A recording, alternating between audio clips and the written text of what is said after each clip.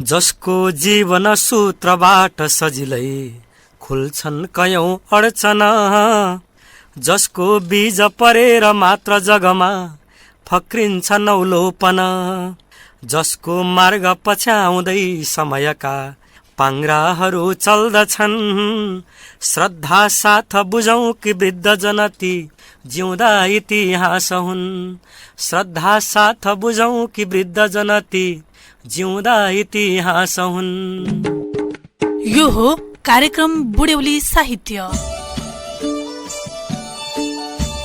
आदरणीय श्रोताबिन नमस्कार। कार्यक्रमको 75औं श्रृङ्खलामा यहाँहरूलाई हार्दिक स्वागत छ। बुढ्यौली साहित्य कार्यक्रम बुढ्यौली साहित्य समाज मकवानपुर र रेडियो थाहा सञ्चारको संयुक्त प्रयासमा 15 दिनमा आइतबार बेलुकी 8:45 बजे रेडियो थाहा सञ्चार 79.6 मेगाहर्ज हेटौँडा र 79.4 मेगाहर्ज काठमाडौँबाट एकसाथ प्रसारण हुने गर्दछ। यस कार्यक्रममा हामी बुढ्यौली साहित्य विशेष वार्ता, रचना वाचन र बुढ्यौली साहित्य समाजले गरिरहेका कार्यक्रमहरूको जानकारी प्रस्तुत गर्ने गर्दछौँ। आजको यो श्रृङ्खलामा प्रस्तुत गर्दैछौँ साहित्यकार श्यामकुमार बानियासँग भएको वार्ता, त्यसै गरी पुरुषोत्तम आचार्यको आवाजमा छैनौ कसोरी तिमी ऊर्जा काव्यबाट 5 लोक कविता। सबैभन्दा पहिले प्रस्तुत गर्दैछौँ साहित्यकार श्यामकुमार बानियासँग भएको वार्ता। प्रस्तुत छ वार्ता। उहाँको अतीतको आँगनी नामको खण्डकाव्य प्रकाशित छ। त्यसै गरी साहित्य मकवानपुरका पूर्व अध्यक्ष हुनुहुन्छ र पाठ्यपुस्तक, विद्यालय तहका पाठ्यपुस्तकहरू, व्याकरणका पुस्तकहरू लेखनमा पनि उहाँ सक्रिय हुनुहुन्छ र गीत पछिल्लो समय उहाँका केही गीतहरू चाहिँ स्वराङ्कन भएर सार्वजनिक भएका छन्। उहाँलाई स्वागत गर्न चाहन्छु। यहाँलाई स्वागत छ कार्यक्रममा। धन्यवाद, नमस्कार। बुढ्यौली साहित्य कार्यक्रममा हामी विशेषतः बुढ्यौली विषयक छलफल गर्छौँ। आज पनि हामी यहाँसँग सोही विषयमा छलफल गर्छौँ। यो बुढ्यौली साहित्य अथवा वृद्ध केन्द्रित साहित्य आजको समयमा अलिकति चर्चामा अथवा लेखनको परिकेन्द्रमा चलिराखेको विषयवस्तु छ। यो बुढ्यौली साहित्य भनेर यसरी वर्गीकरण गरेर बुढ्यौली साहित्य लेखनको अभ्यासलाई यहाँले कसरी हेर्नुहुन्छ?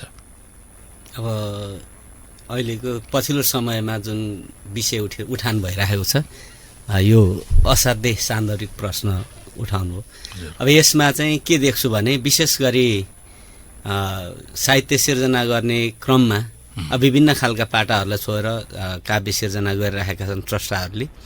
अब त्यसमध्ये चाहिँ अहिले पछिल्लो समयमा बुढ्यौली साहित्य भन्ने बित्तिकै मलाई चाहिँ अहिले के लाग्छ भने नेपाली समाजमा पहिलादेखि नै रामायण महाभारतका श्लोकहरू चाहिँ गुनगुनाइराखेर त्यो खालको समाजबाट चाहिँ अगाडि बढेको समाज जस्तो लाग्छ।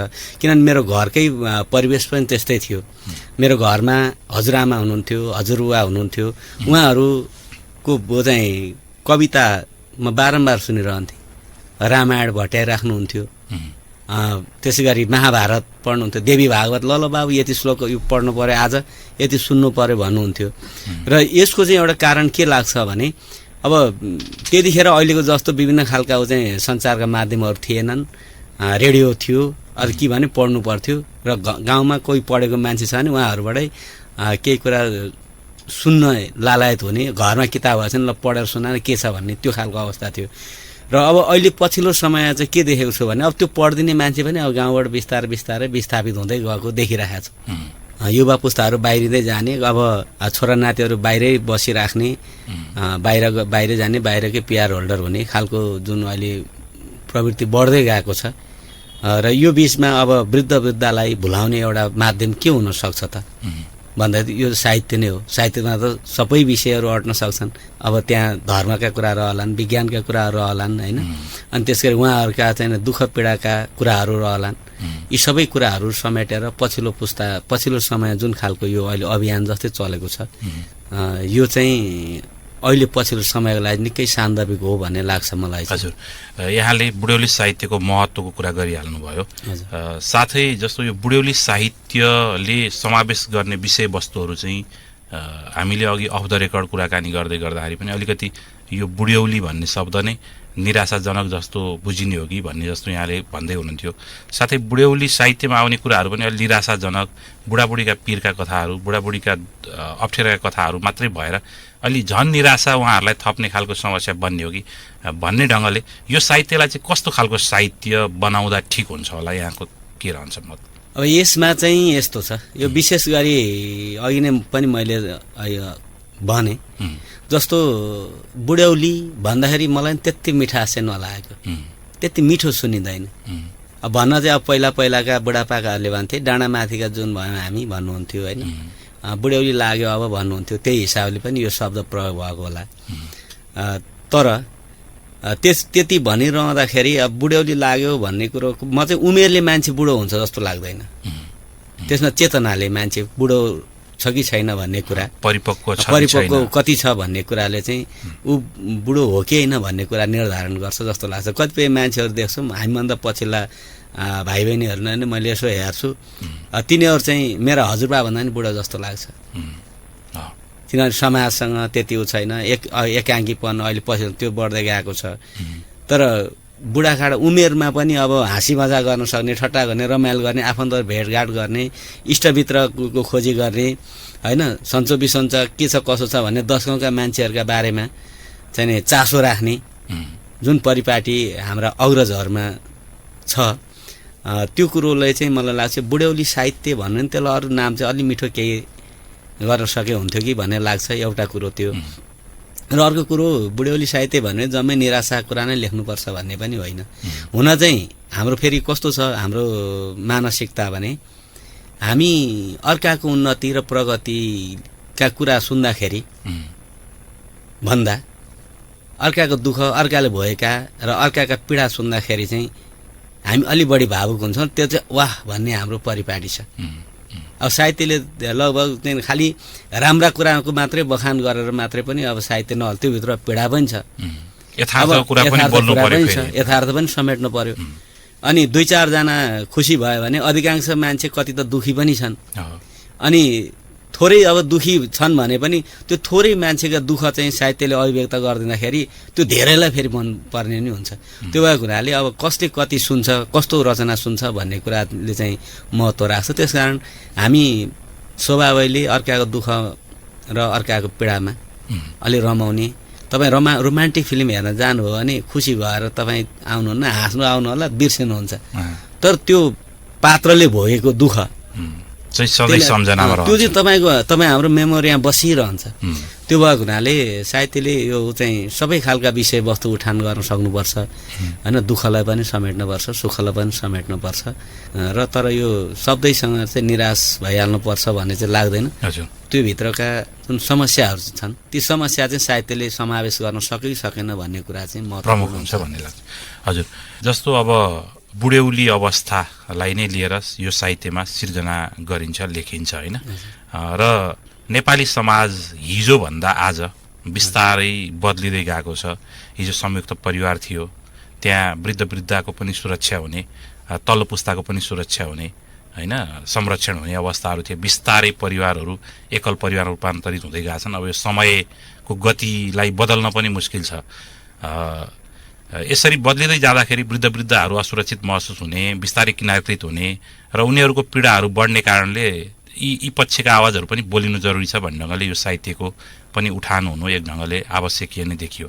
अब यही परिस्थितिमै होइन, जस्तो एकल परिवारकै सन्दर्भहरू जोडिँदै जाँदाखेरि पनि वृद्धले संरक्षित महसुस गर्ने अथवा उनीहरूप्रति चाहिँ उनीहरूलाई संरक्षण गर्नको लागि चाहिँ समाजले के कस्तो खालको काम गर्न सक्छ होला, यहाँले के भन्नुहुन्छ? अब यसमा चाहिँ म आफै लामो समयदेखि शिक्षण पेसामा रहेको हुनाले म 1-2टा घटनाहरू चाहिँ यसमा जोड्नु चाहिँ सान्दर्भिक हुन्छ जस्तो लाग्छ। मैले के देखेको छु भने बालबालिकाहरूको अध्ययन गर्दाखेरि जसको घरमा संयुक्त परिवार छ, हजुरबा हुनुहुन्छ, हजुरआमा हुनुहुन्छ अथवा काका काकीहरू कोही हुनुहुन्छ होइन, संयुक्त रूपमा जो मिलेर बस्नुभएको परिवार छ, त्यो परिवारभित्र हुर्केका बच्चाहरूको संस्कार फरक छ। उनीहरू एकले अर्काको समस्या बुझ्छन्, सेयरिङ गर्ने हुन्छ। खानेकुरा नै स्कुलमा बोकेर आएका टिफिन पनि बाँडेर खान खोज्ने स्वभावका हुन्छन्। र अनि एउटा त्यसले के बनाइदिँदो रहेछ भने वृद्धहरू अथवा अभिभावकहरू घरमा त्यस्तो हुनुहुन्छ भने, हजुरबा हजुरआमा भएको जुन संयुक्त परिवार छ भने त्यहाँ चाहिँ बालबालिकाले आमाले आफ्नो छोराछोरीलाई गरेको व्यवहार, हजुरबा हजुरआमाले आफ्ना छोरा नातिलाई कस्तो व्यवहार गर्नुहुन्छ होइन। अनि आफ्ना बुवा आमाले चाहिँ हजुरबा हजुरआमालाई कस्तो व्यवहार गरिराख्नु भएको छ त्यसको प्रतिछाया चाहिँ बच्चामा पर्दो रहेछ। त्यो भएको हुनाले उनीहरू अलिक फरक खालका बुढा बाटामा हिँडिरहेका बुढाबुढीलाई पनि अलिक फरक खालको व्यवहार गर्ने त्यो मैले देखेको छु। र अनि त्यो भएको हुनाले संयुक्त परिवारमा जसरी बालबालिकाले जुन खालको वातावरण प्राप्त गर्छन्, उनीहरू संस्कार प्राप्त गर्छन्, त्यसका लागि पनि वृद्ध वृद्धाबाट चाहिँ बालबालिकालाई अलग ल्याउनुपर्छ भन्ने मलाई त्यो लाग्छ। गर्नु हुँदैन होइन, उनीहरू सँगै राख्नुपर्छ भन्ने त्यो। र नि अर्को कुरा इतिहासका कुरा, अब वृद्ध भनेका हाम्रा अभिभावक बाआमाहरू भन्नुभएको उहाँहरू भनेको चाहिँ हाम्रा जिउँदा इतिहास हुन्। आज हामीलाई कति कुराहरू थाहा नभएका कुराहरू उहाँहरूले प्रयोग गर्नुभएका शब्द होइन, उहाँहरूले बालबालिकालाई नै हुर्काउँदाखेरि गर्नुभएको प्रयोग गर्ने शब्द, त्यो शब्द भण्डार पनि बालबालिकाले हजुरबा हजुरआमाबाट नै अग्रजहरूबाट नै सिकिराखेका हुन्छन्। त्यो संस्कारका शब्द, सम्बोधन गर्ने शब्द। अहिले त हामी के छौँ भने पाश्चात्य एउटा प्रभाव पर्दै गएको छ। बालबालिकाले सानीमा भन्न जान्दैन, अन्टी भनेपछि काकाकी श्रीमती नै अन्टी, आमाको बहिनी पनि अन्टी होइन। काका श्रीमतीलाई काकी भन्ने, अब हजुरआमालाई आमा भन्ने चलन आयो होइन, आमा र हजुरआमा बीच फरक छुट्याउन नसक्ने अवस्था आयो एउटा त्यो।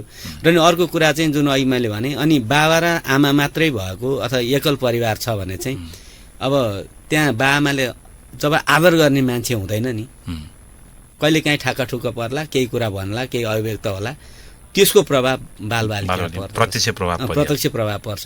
र अहिले पछिल्लो समयमा जुन अहिले तपाईँले कुरा उठाउनु हो, एकात्मक परिवार बन्दै जाँदा हामीले हाम्रा संस्कारहरू पनि बिर्सिँदै गइरहेका छौँ। र अनि वृद्ध वृद्धालाई त आफ्नो बाआमाले हजुरबा हजुरआमालाई स्याहार सुसार गरेको सम्हार गरेको देखे पो त्यो बच्चाले पनि भोलि मेरो बाआमालाई पनि स्याहार सुसार गरेर सम्हार गर्नुपर्छ भन्ने कुरो देख्छ त। तर हामी त्यो नहुने बित्तिकै बालबालिकाले चाहिँ बिस्तारै बिस्तारै त्यो संस्कार पनि बिर्सँदै जाने डर चाहिँ छ। अहिले पछिल्लो समय देखिएको खतरा त्यही हो। भनेपछि सकेसम्म आफ्नो बुवा आमाहरू हुनुहुन्छ भने संयुक्त परिवारमा रहेर बालबालिकाहरूलाई संस्कार सिकाउनु पर्छ भन्ने पनि भन्ने एउटा त्यो। र अर्को कुरा चाहिँ टोलमा कोही अब वृद्ध हजुरबा हजुरआमा हुनुहुन्छ भने हरेक अभिभावकले उहाँहरूको कुरालाई सुन्ने वातावरण मिलाइदिनुपर्छ जस्तो लाग्छ होइन। उहाँहरूका कतिपय किम्वदन्तीहरू, उहाँहरूले भने लोककथाहरू कहिलेकाहीँ ल तपाईँका बारे केही कुरा सुनाइदिनुहोस् भनेर त्यो भन्ने खालको त्यो माहौल चाहिँ यदि बनाउन सक्यो भने वृद्ध वृद्धाप्रतिको सम्मान बढेर जान्छ भन्ने लाग्छ। अर्को पाटो यहाँले पाठ्यक्रम अनुसारका पुस्तकहरू लेखन, विद्यालय तहको पुस्तकहरू लेखन तथा व्याकरणका पुस्तकहरू लेखन पनि गरिराख्नु भएको छ होइन। हिजो नैतिक शिक्षा, त्यसपछि संस्कृत शिक्षा रहँदाखेरि चाहिँ हाम्रा अग्रजहरूप्रतिको सम्मान भाव त्यसमा जनाउने खालका कन्टेन्टहरू, विषयवस्तुहरू समावेश हुन्थे। आजका पाठ्यपुस्तकहरूमा चाहिँ त्यो कुराहरू, त्यो शिक्षाहरूलाई बिस्तारै वञ्चन गर्दै त्यसलाई हटाउँदै गएपछि त्यस्ता खालका विषयवस्तुहरू चाहिँ कम समावेश भएका पनि देखिएको छ। र त्यसलाई अब समावेश गर्नुपर्छ अथवा यी कुराहरू पाठ्यक्रममा आवश्यक छन् भन्ने केही अनुभूति गरेर यहाँले गर्नुभएको अभ्यासमा केही जोडिएका छन् अथवा जोड्नुपर्छ भन्ने के लागेको छ?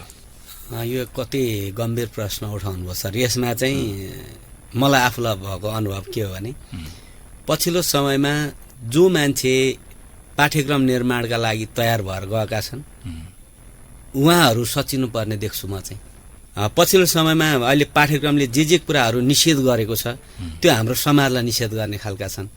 त्यतिखेर प्रयोग गर्ने शब्दहरू अहिले प्रयोग गर्न दिएको छैन। यो शब्द प्रयोग नगर, मार हान्ने शब्दसँग अहिले दुश्मनी छ। मार हान्नेले तेरि दिने अर्थ फरक होला नि।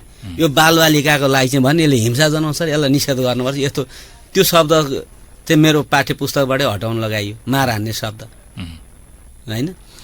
अनि सँगसँगै कतिपय कुरा चाहिँ नि अब जस्तो त्यतिखेरका स्थानीय बोलीका शब्दहरूलाई अहिले संरक्षण गर्नुपर्छ भने अहिले पछिल्लो समय भाषाविदहरूमा पनि त्यो देखिँदैन। पाठ्यक्रम विकास केन्द्रले गरे जुन पाठ्यक्रममा ती कुराहरूमा निषेध छ। मकै भटमासका कुराहरू अब बिस्तारै हराउँदै गए। अहिले चाहिँ के छ भने कस्तो परिवेशभित्र हामी छौँ त्यही परिवेशलाई मात्र समेटेर लेख्नुपर्छ भनेर विगतको इतिहास मेटाउँदै लैजाने खालको चाहिँ पाठ्यक्रम निर्माण भइरहेको छ र पाठ्य पुस्तक पनि त्यसै हिसाबमा आइरहेको छ। त्यो हुँदाखेरि अहिलेको पाठ्यक्रमले गर्ने कुरो के देख्छु भने मैले वृद्ध वृद्धालाई गर्ने सम्मान, तत्कालीन समयमा बोल्ने भाषा र त्यसको संरक्षणका कुरा, अनि तत्कालीन समयमा चाहिँ कतिपय उखान टुक्काका कुराहरू रहलान्, जोडिएका कुराहरू, ती भनेका त हाम्रा सम्पत्तिहरू हुन्। तिनीहरूलाई संरक्षण गर्ने कुरातर्फ चाहिँ अहिलेको पाठ्यक्रमले त्यति ध्यान दिनु सकेको जस्तो लाग्दैन। भनेपछि यसमा केही सुधारात्मक प्रयासहरू गर्नु जरुरी छ भन्ने। यसमा सुधार्नु पर्ने चाहिँ धेरै ठाउँहरू छन्। जस्तै इतिहास पनि मेट्दै गएको छ। अहिले इतिहासका कुरा पढाइ हुँदैन। हाम्रो समयमा हामीले पढेकै पाठ्य पुस्तकलाई हेर्ने हो भने त्यतिखेर पढेका कविता, त्यतिखेरका कथा, त्यतिखेर कथामा प्रयोग भएका शब्दहरू आज पनि हामीलाई सम्झना छ। तर अहिलेको पाठ्य पुस्तकमा समावेश भएका पाठहरू हेर्ने हो भने हाम्रो दिमागमा बस्दैन। नीति कथाहरू हराएर गए। अहिले के भन्ने खालको भयो भने कहाँ अब ढुङ्गा बोल्छ, कहाँ मान्छे, अब त्यो त कल्पनाले नै थियो नि। हिजोको जस्तो हाम्रो धार्मिक ग्रन्थहरूलाई नै हेर्ने हो भने अब पुष्प विमानमा चाहिँ रावण उडेर हिँड्थ्यो भन्ने कुरो छ नि त। ढुङ्गा नबोल्ने भए, निर्जीव चिज नबोल्ने भए त रेडियो बोल्दैन थियो, अर्थक बोल्दैन थियो। त्यो त साङ्केतिक रूपमा बुझ्नु पर्यो नि, बुझ्नु पर्यो। त्यसलाई साङ्केतिक रूपमा आएका कुराहरूलाई अहिले चाहिँ निषेध गर्न खोजिएको छ होइन। त्यस्तो राख्नु हुँदैन। रुख बोल्ने कुरा, ढुङ्गा बोल्ने कुरा, पहाड बोल्ने कुरा, यस्ता कुराहरू बालबालिकालाई सिकाएर तपाईँहरूले कस्तो पाठ्य पुस्तक लेख्दै हुनुहुन्छ भन्ने खालको त्यो खालको चाहिँ आउँछ कि आवाज उठ्ने गरेको छ। अनि त्यो भएको हुनाले म चाहिँ यी कुराहरूलाई चाहिँ पाठ्यक्रम विकास केन्द्रले, राज्यले जुन नीति बनाउँछ त्यो बेलामै सोच्नुपर्छ भन्ने लाग्छ। हजुर, यहाँको एउटा वृद्ध वृद्धा केन्द्रित एउटा कुनै रचना सुनौँ, त्यसपछि फेरि गफ गर्छौँ। अब अघि नै भनिसकिहाल्नु निराशाका कुरा यो होइन, स्वाभाविक पनि छ। अब त्यसभित्र केही आशाका कुराहरू बिस्तारै जोड्दै जानुपर्छ भन्ने पनि सङ्केत हो होइन? हजुर। अब यसमा चाहिँ मैले एउटा कविता सुनाउँछु। यो खास एकजना साथीले मलाई एउटा चाहिँ चाहियो, रचना चाहियो भनेर भन्नुभयो भएर हजुर उहाँलाई पठाएको छु। यो बुढेसकाल सम्बन्धी नै छ। यसमा केही निराशाका कुराहरू आयो भने त्यसलाई त्यही हिसाबमा लेखिदिनु होला। शब्द पढेर सुनाउँछु म। बुढो भएँ कोही छैनन् साथी, दैव लाठी चल्दैछ म माथि। छोराछोरी ठुला भए लाखापाखा लागे, तिनका खुसी खातिरमा आफ्नै खुसी त्यागे। बुढ्यौलीले छोएपछि गल्छ हात पाउ, जाउँ कतै सकिँदैन बिरानो भो गाउँ। बग्छ सम्झे आँसुको धारा, भयो जीवन लौरोको सहारा। निद्रा बिना बित्छ रात एकै नास खोकी, यस्तो लाग्छ यति बेलै मरिजाने हो कि। मन लागेको खाउँ भने आफ्नो कमाइ छैन, मागी खाउँ भने डरले भन्न सकिँदैन। डरै डरमा बित्दैछ जुनी, दैव किन छ साह्रै बैगुनी। छेउमा बस्न घिनाउँछ प्यारो लाग्ने नाति, घरमा ल्याउन पाइन भन्छन् नातिनीले साथी। सारो वस्तु चपाएर निलु छैन दाँत, घाँटीबाटै जान गाह्रो मान्छ तिउन भात। धन बल हुँदा थिए प्यारो, अहिले जीवन भएको छ अँध्यारो। अलि खाउँ पचाउन सक्ने तागत छैन, तातो पानी तताएर खान सकिँदैन। केही सोध्नै हुन्न अचेल रुखो जवाफ दिन्छन्, मनका कुरा सुनाउ काममा जानै हतारिन्छन्। यस्तो होला बुढ्यौलीमा भन्ने ठानिएन, बेला वैंश छँदा राम जप्न जानिएन। सबैलाई सुख मिलोस् भलो चिताउने हो, बाँकी जीवन हरि कीर्तन भज्दै बिताउने हो। राम नाम सत्य हो भन्दै, कालको गति कुर्ने हो दिन गन्दै। हजुर, यहाँको यो महत्त्वपूर्ण रचनाको लागि धन्यवाद दिँदै फेरि कुराकानीमा जोडिन्छौँ। जस्तो हामीले लेखनका हिसाबले गर्ने, वृद्ध वृद्धाप्रति गर्ने सम्मान त एउटा पाटो रह्यो। अलिकति चेतना भएका व्यक्तिहरूले होइन, अथवा यो समाजले अलिक त तपाईँले अघि पनि जोडिसक्नुभयो, वृद्ध वृद्धा कुराहरू सुन्ने, उहाँहरूलाई सामाजिक सङ्घ संस्थाहरूमा सल्लाहकारहरूमा राख्न सकिने अवस्थाहरू रह्यो। कुनै संस्थाहरू छ भने त्यसमा उहाँहरूको एडभाइस लिने, सल्लाह लिने, यस्ता खालको कुराहरू भयो। यस्तै एउटा समाजले वृद्ध वृद्धाप्रति देखाउन सक्ने सम्मान के कस्तो हुनसक्छ, अरू थप केही? अब यसमा चाहिँ मलाई चाहिँ के लागेको छ भने अब समाज भनेको हामीले नै निर्माण गर्ने हो। अहिले पछिल्लो समाज जुन अब अहिले हामी जुन बालबालिका छौँ होइन, बालबालिकाहरू छन्, ती बालबालिकाहरूले नै भोलि कस्तो भन्ने कुरा निर्धारण गर्ने हो। त्यसकारण अब अहिलेको समाजले गर्नुपर्ने कुरा चाहिँ म के देख्छु भने घरमा भएका वृद्धप्रति घरका मान्छेहरूले सम्मानको वातावरण निर्माण गर्नुपर्छ पहिलो कुरा। र दोस्रो कुरा चाहिँ मैले के देख्छु भने बाटो हिँडिरहेका वृद्धहरू हुनुहुन्छ अथवा कुनै अप्ठ्यारोमा परेका वृद्धहरू हुनुहुन्छ भने आफूले गर्ने सक्दो सहयोग त्यो अहिलेको नयाँ पुस्ताले देखिने गरी त्यो गर्नु पनि जरुरी छ भन्ने देख्छु। र अर्को कुरा चाहिँ अभिभावकहरू जो हाम्रा जिउँदा इतिहास पनि हुन्, मैले अघि नै भने, र उहाँहरूको अनुभवलाई साटासाट गर्ने चौतारीको रूपमा चाहिँ निर्माण गर्नु। समाजले चाहिँ आज एक दिन चाहिँ समाजमा विद्यालयमा पनि त्यस्ता सेयरिङका कुराहरू हुन सक्छन्, वृद्धका कुराहरू सेयरिङ गराउने होइन, लगेर त्यस्ता खालका अभ्यासहरू गर्न सकिन्छ। आफ्नो चाहिँ जुन छ जस्तो त्यो विद्यालयले पनि गर्न सक्ने कुरा भयो होइन। कसै अब 60-70 वर्ष उमेर पुगेका हजुरबा हजुरआमा हुनुहुन्छ भने उहाँहरूको समय के थियो इतिहासका कुरा सुनौँ, उहाँहरू त जिउँदो इतिहास हुनु हो। त्यो खालको वातावरण विद्यालयले निर्माण गर्नुपर्छ भन्ने लाग्छ। र नि अर्को कुरा चाहिँ मलाई अहिले पछिल्लो समय अर्को खड्किराखेको चाहिँ के देख्छु भने एउटा गर्न सक्यो भने अब हामी त आर्थिक रूपमा त्यो छैन, मलाई चाहिँ एउटा त्यो उमेरमा रहनुभएका व्यक्तिहरूले गर्न सक्ने खालका सिपहरू उपयोग हुने होइन। जस्तो अब बुढाबुढी आमाहरू चाहिँ बत्ती काट्न सक्ने अथवा टपरी बनाउन सक्ने अथवा हातले बुन्ने खालका अरू सामग्री त्यस्ता खालका सिपमूलक बसेरै गर्न मिल्ने सिपमूलक कार्यहरू त्यो पनि गर्न सकियो, त्यो पनि गर्न सकिन्छ। अनि अर्को कुरा चाहिँ जस्तो मैले अनुभवका कुरा सेयरिङ गर्ने कुराहरू होइन, त्यो सबैभन्दा प्रभावकारी हुन्छ भन्ने लाग्छ। अनि वृद्धहरूलाई जस्तो आम्दानी राज्यले दिने जुन वृद्धहरूलाई सम्मानमा दिने जुन छ पैसा, अब त्यो त मैले कस्तो पनि देखाएको छु भने राज्यले पनि 1-2टा कुराहरू चाहिँ हेर्नुपर्छ होला जस्तो लाग्छ। अब उसको पारिवारिक पृष्ठभूमि कस्तो छ, सबै वृद्धका लागि राज्यले दिने जुन सुविधा एकै खालको सुविधाले चाहिँ ठिक हुँदैन कि त्यसमा राज्यले चाहिँ पुनरावलोकन गर्नुपर्छ कि वर्गीकरण गरेर कतिपयको त्यही पैसाबाट घर चलाउनु पर्ने अवस्था पनि छ होइन। आफ्नो युवा पुस्ता अथवा आफ्नो छोरा पुस्ताले कमाइ गर्न नसकेर त्यही पैसाबाट घर चल्ने अवस्थाहरू पनि छन्। कतिपयको अब त्यो पैसा खासै आवश्यकीय नभएको अवस्थाहरू पनि छ होइन। यो कुरालाई चाहिँ वर्गीकरण गर्न सक्यो, यसलाई वर्गीकरण गर्नुपर्छ राज्यले भने। त्यो गर्दाखेरि पनि जसलाई हामीले साँच्चै नै हो चाहिँ सेवाको भावनाले हेर्ने हो, न्याय दिनुपर्ने हो, त्यसमा चाहिँ न्यायोचित हुन्छ। त्यसरी राज्यले पुनरावलोकन गर्यो भने भन्ने लाग्छ। जस्तै मेरो परिवारको र मेरो बाआमालाई राज्यले नदिँदा पनि हुन्छ होइन। यस्तो त कति छन् नि, त्यो लाग्छ। अनि अर्को कुरा चाहिँ जस्तो अघि मैले भने तपाईँले उठाउनु भएको कुरोमा अहिले अब नापतौलका कुराहरूमा पनि हाम्रो त्यो बेलाको जस्तो अहिले थाहा छैन अहिले पुस्तालाई होइन। त्यसका बारेमा पनि कमसेकम ज्ञान दिलाउने गरी एउटा टोल समाज एउटा समूह बनाएर आमा समूह के समूह भने जस्तै वृद्धहरूको एउटा बनाएर कुनै दिन सुन्ने गरी टोलका मान्छेहरूले आज चाहिँ अभिभावकको कुरा सुनौँ भन्ने हिसाबले त्यो वातावरण निर्माण गर्न सक्यो, त्यसले फाइदा हुने देख्छु। र मैले अनि अर्को एउटा कुरो चाहिँ अहिले पछिल्लो समयमा अब चाहिँ गर्नुपर्ने हो कि यो अहिलेदेखि गर्दै सही हुने हो कि भन्ने लागेको कुरा चाहिँ के छ भने हरेक युवाहरू अब विदेशिने क्रम बढ्दै गयो। अब बाहिरै जाने, बाहिरै पिआर होल्डर हुने, सन्तान उतै जन्मिने भएपछि कतिपय अभिभावकहरू आफ्नो ठाउँ छोडेर यहाँबाट जान सक्ने अवस्थामा हुनुहुन्न, लान खोज्दा पनि जान चाहनुहुन्न, सबै आफन्तहरू यहीँ छन् भन्ने हिसाबले। र त्यो अवस्था हुँदै जाँदाखेरि पनि एक्लोपन महसुस गरेर फर्किनु भएका धेरै अग्रजहरू हुनुहुन्छ होइन।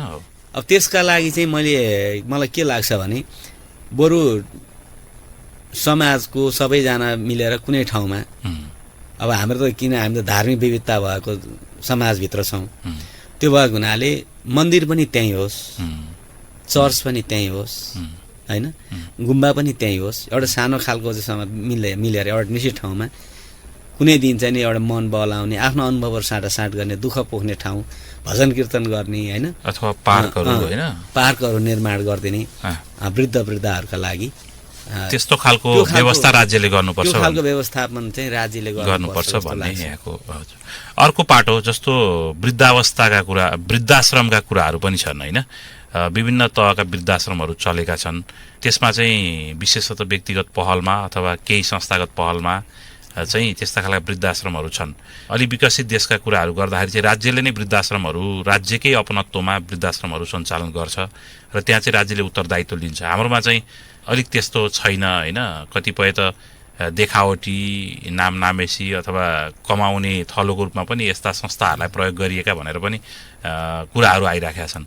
यो वृद्धाश्रमको आवश्यकता साँच्चै नेपाली समाज वृद्धाश्रम आवश्यक छ कि छैन, अथवा भए कसरी जाँदाखेरि चाहिँ ठिक हुने जस्तो के लाग्छ यहाँलाई?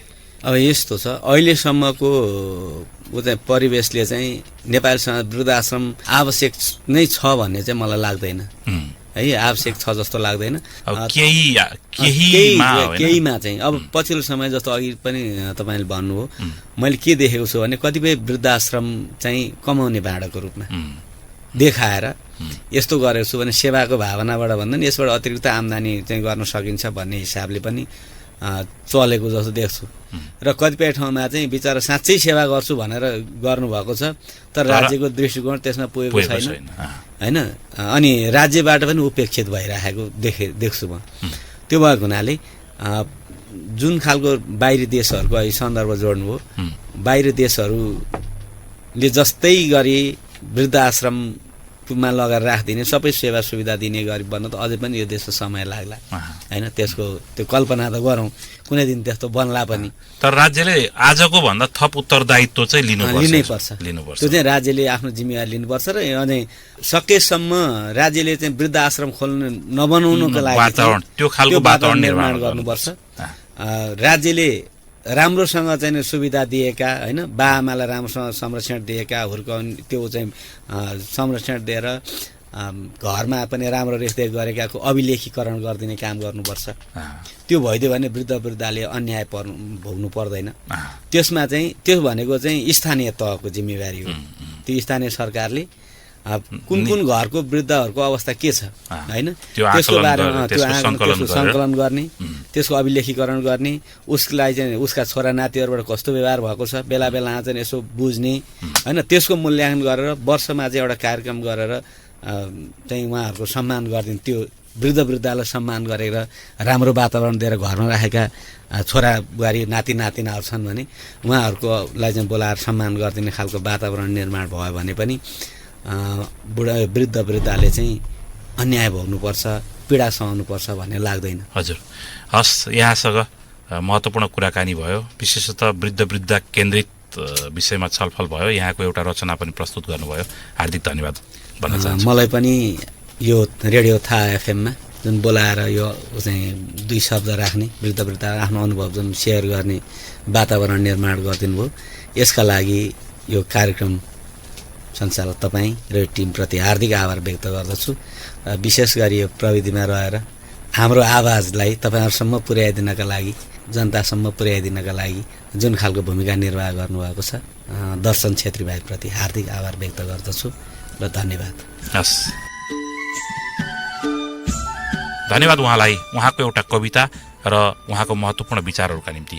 अबको क्रममा प्रस्तुत गर्दैछौँ पुरुषोत्तम आचार्यको आवाजमा छैनौ कसोरी तिमी ऊर्जा काव्यबाट 5 लोक कविता। फुल्ने सिर्जनामा अनन्त मनको साहित्य भई खुल्दछ्यो, ब्रह्मानन्द भुलाउँदै हृदयको आनन्द भई डुल्दछ्यो।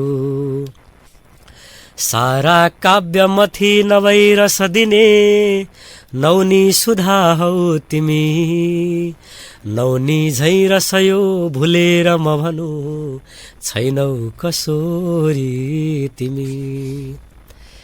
सिरसिर चल्छ बतास शान्त शीतलु, सबको तिमी खोल्दछ्यौ।